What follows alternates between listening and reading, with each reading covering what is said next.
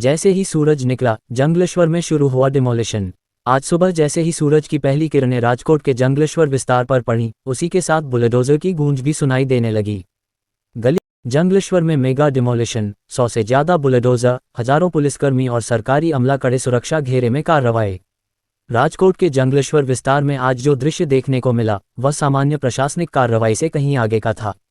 लगभग 100 से अधिक बुलडोजर, हजारों की संख्या में पुलिस बल, हजारों सरकारी कर्मचारी और रैपिड एक्शन फोर्स की मौजूदगी, पूरा इलाका मानो एक विशाल सुरक्षा घेरा बन गया था। सुबह से ही सायरन, वायरलेस सेट की आवाजें और भारी मशीनों की गड़गड़ाहट जंगलेश्वर की गलियों में गूंजने लगीं। प्रशासन की यह कार्रवाई पहले से घोषित थी, लेकिन उसके पैमाने ने हर किसी को चौंका दिया। अभूतपूर्व स्तर की तैयारी। प्रत्यक्षदर्शियों के अनुसार 100 से ज्यादा बुलडोजर अलग अलग हिस्सों में तैनात किए गए। हजारों पुलिसकर्मी सुरक्षा व्यवस्था में लगे रहे। बड़ी संख्या में राजस्व, नगर निगम और अन्य विभागों के अधिकारी कर्मचारी मौजूद थे। रैपिड एक्शन फोर्स को संवेदनशील बिंदुओं पर तैनात किया गया। इलाके में ड्रोन निगरानी, बैरिकेडिंग और एंट्री पॉइंट कंट्रोल जैसी व्यवस्थाएं की गईं। प्रशासन का कहना था कि यह सब कानून व्यवस्था बनाए रखने और किसी अप्रिय घटना से बचाव के लिए आवश्यक है। बस्ती से मलबे तक। कार्रवाई शुरू होते ही कई मकान कुछ ही मिनटों में ढहते चले गए। जिन घरों में सालों से जीवन बसता था, वे धीरे धीरे मलबे में बदलते नजर आए। कुछ परिवार पहले ही अपने सामान को समेट चुके थे। कई लोग चुपचाप खड़े रहे, न विरोध न शोर, बस खामोशी। बच्चों की निगाहें उलझन से भरी थीं। बुजुर्ग दूर खड़े होकर टूटती दीवारों को देखते रहे। महिलाओं ने घर की आखिरी चीजें संभालकर ट्रकों और ठेलों में रखीं। सुरक्षा बनाम संवेदना। इतने बड़े पैमाने की तैनाती ने दो तस्वीरें सामने रखीं। एक ओर प्रशासन की सख्त तैयारी और कानून व्यवस्था का दावा, दूसरी ओर आम लोगों का भावनात्मक टूटना। प्रशासनिक सूत्रों के मुताबिक कार्रवाई कानूनी प्रक्रिया के तहत की गई और पूर्व नोटिस जारी किए गए थे। अधिकारियों का कहना है कि यह कदम निर्धारित योजना और सार्वजनिक हित के विकास कार्यों के लिए उठाया गया। वहीं प्रभावित परिवारों का सवाल है, क्या इतने बड़े पैमाने की कार्रवाई से पहले स्थायी पुनर्वास, वैकल्पिक व्यवस्था और पर्याप्त समय सुनिश्चित किया गया? सामाजिक ताना बाना। जंगलेश्वर लंबे समय से मिश्रित आबादी वाला इलाका रहा है, जहां अलग अलग समुदाय साथ रहते आए हैं। आज की कार्रवाई ने पूरे सामाजिक ताने बाने को हिला दिया। कई पड़ोसी एक दूसरे को सांत्वना देते दिखे। कुछ लोग मदद के लिए आगे आए, किसी ने पानी पहुंचाया, किसी ने सामान उठाने में हाथ बटाया। आगे क्या? अधिकारियों के अनुसार खाली कराई गई जमीन पर भविष्य में सार्वजनिक उपयोग और आनंद प्रमोद से जुड़ी सुविधाएं विकसित की जाएंगी।